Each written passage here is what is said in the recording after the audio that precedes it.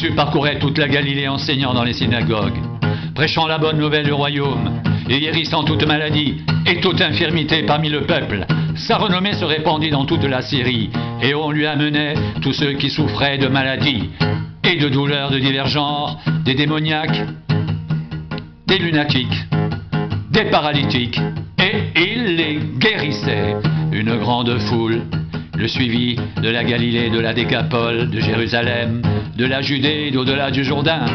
Voyant la foule, Jésus monta sur la montagne, et après qu'il se fut assis, ses disciples s'approchèrent de lui. Puis, ayant ouvert la bouche, il les enseigna et dit: Heureux les pauvres en esprit, car le royaume des cieux est à eux. Heureux les affligés, car ils seront consolés. Heureux les débonnaires, car ils hériteront la terre. Heureux ceux qui ont faim et soif de la justice, car ils seront rassasiés. Heureux les miséricordieux, car ils obtiendront miséricorde.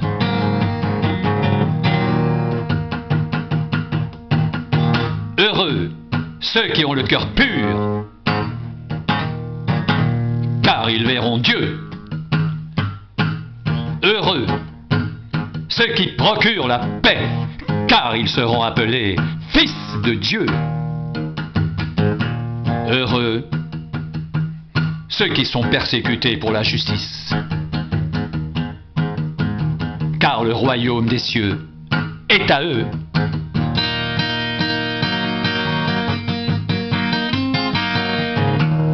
Heureux serez-vous lorsqu'on vous outragera, qu'on vous persécutera, et qu'on dira faussement de vous toutes sortes de mal à cause de moi.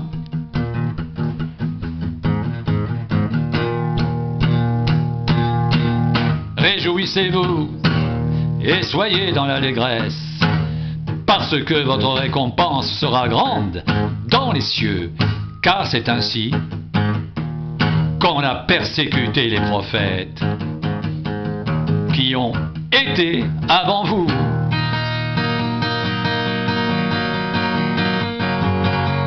Vous êtes le sel de la terre. Mais si le sel perd sa saveur, avec quoi la lui rendra-t-on? Il ne sert plus qu'à être jeté dehors et foulé aux pieds par les hommes.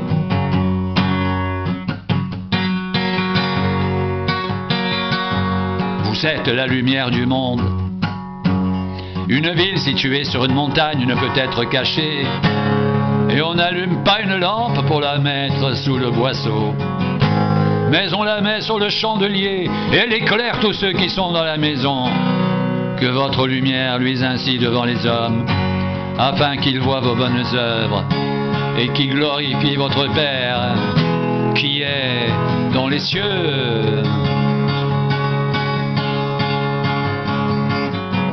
Et qu'il glorifie votre Père qui est dans les cieux.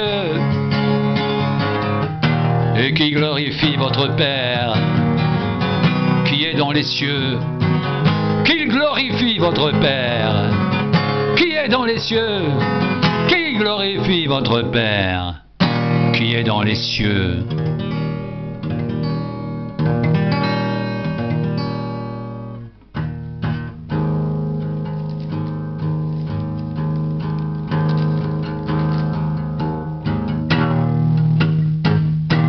Ne vous amassez pas des trésors sur la terre, où la teigne et la rouille détruisent, et où les voleurs percent et dérobent. Mais amassez-vous des trésors dans le ciel, où la teigne et la rouille ne détruisent point, et où les voleurs ne percent ni ne dérobent.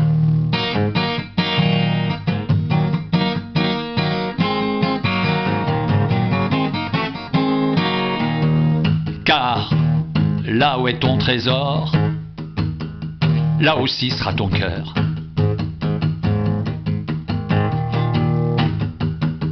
Car là où est ton trésor, là aussi sera ton cœur. Car là où est ton trésor, là aussi sera ton cœur.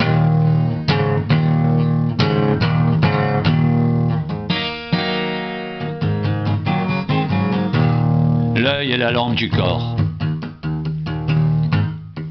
Si ton œil est en bon état, tout ton corps sera éclairé. Mais si ton œil est en mauvais état, tout ton corps sera dans les ténèbres. Si donc la lumière qui est en toi est ténèbres, combien seront grandes ces ténèbres?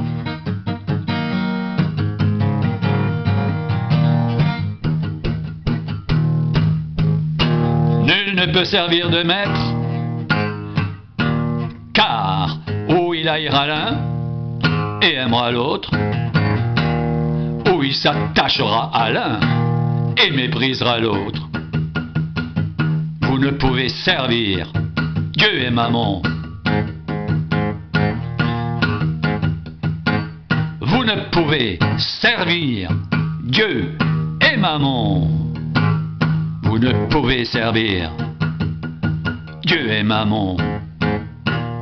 Nul ne peut servir de maître, car où il haïra l'un et aimera l'autre, où il s'attachera à l'un et méprisera l'autre. Vous ne pouvez servir Dieu et Mammon.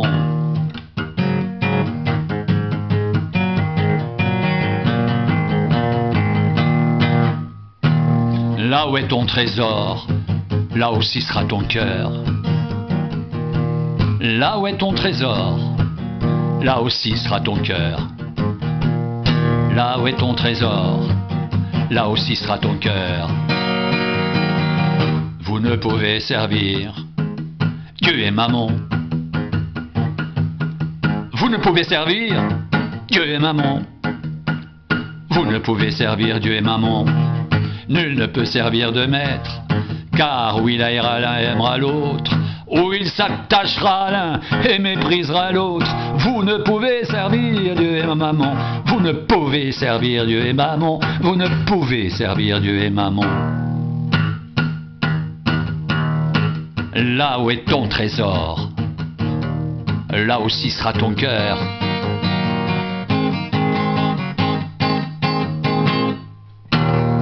Là où est ton trésor, là aussi sera ton cœur. Là où est ton trésor, là aussi sera ton cœur.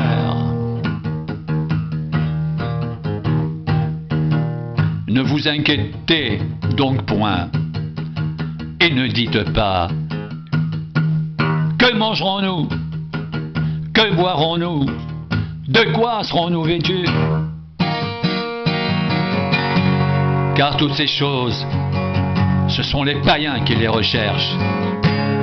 Votre Père Céleste sait que vous en avez besoin.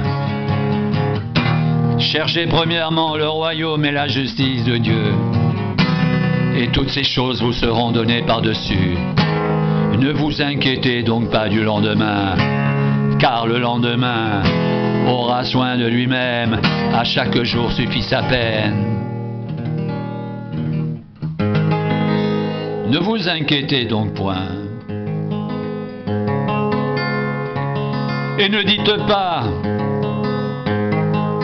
que mangerons-nous? Que boirons-nous? De quoi serons-nous vêtus? Car toutes ces choses, ce sont les païens qui les recherchent. Votre Père Céleste sait que vous en avez besoin.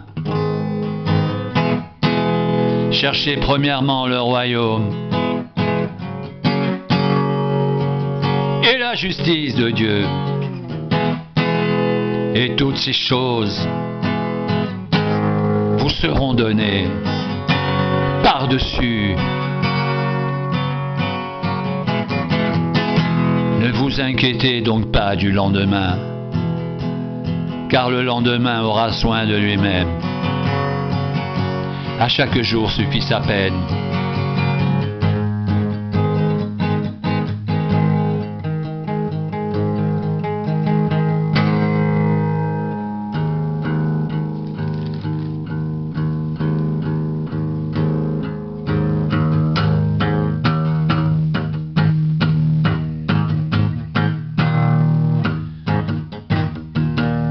Entrez par la porte étroite, car large est la porte, spacieux le chemin qui mène à la perdition. Et il y en a beaucoup qui entrent par là.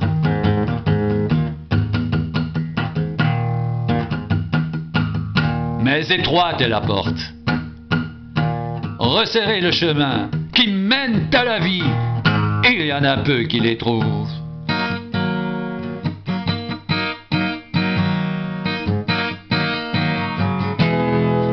Gardez-vous des faux prophètes.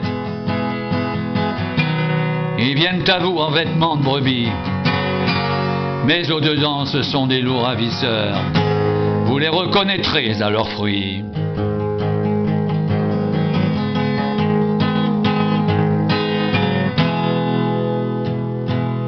Cueille-t-on des raisins sur des épines, ou des figues sur des chardons? Tout bon arbre porte de bons fruits, mais le mauvais arbre porte de mauvais fruits.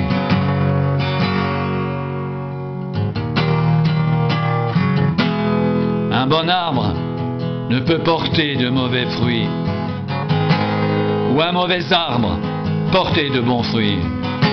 Tout arbre qui ne porte pas de bons fruits est coupé et jeté au feu.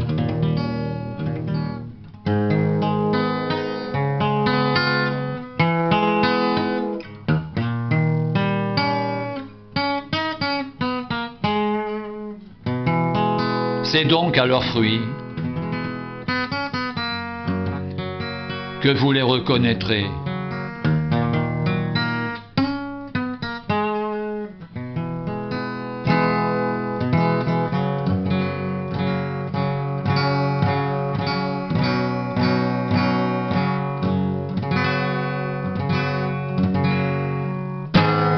Ceux qui me disent Seigneur, Seigneur, n'entreront pas tous dans le royaume des cieux, mais seulement celui qui fait la volonté de mon Père qui est dans les cieux. Plusieurs me diront ce jour-là, Seigneur, Seigneur, n'avons-nous pas prophétisé par ton nom? N'avons-nous pas chassé des démons par ton nom? Et n'avons-nous pas fait beaucoup de miracles par ton nom? Alors je leur dirai ouvertement, je ne vous ai jamais connu. Retirez-vous de moi, vous qui commettez l'iniquité. Je ne vous ai jamais connu. Retirez-vous de moi, vous qui commettez l'iniquité.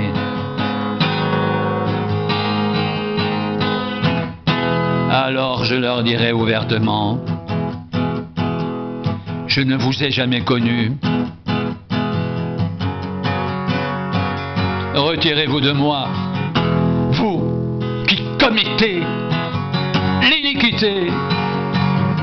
C'est pourquoi quiconque entend les paroles que je dis et les met en pratique sera semblable à un homme prudent qui a bâti sa maison sur le roc. La pluie est tombée, les torrents sont venus, les vents ont soufflé et se sont jetés contre cette maison. Elle n'est point tombée parce qu'elle était fondée sur le roc. Mais quiconque entend ces paroles que je dis et ne les met pas en pratique sera semblable à un homme insensé qui a bâti sa maison sur le sable.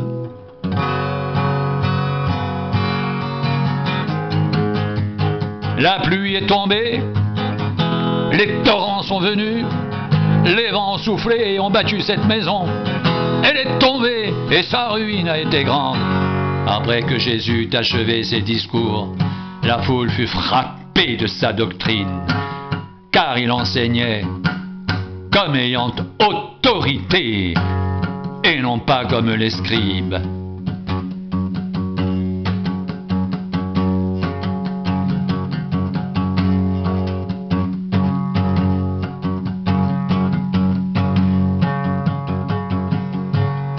Entrez par la porte étroite, car large est la porte. Spacieux le chemin qui mène à la perdition. Il y en a beaucoup qui entrent par là, mais étroite est la porte. Resserrez le chemin qui mène à la vie, et il y en a peu qui les trouvent.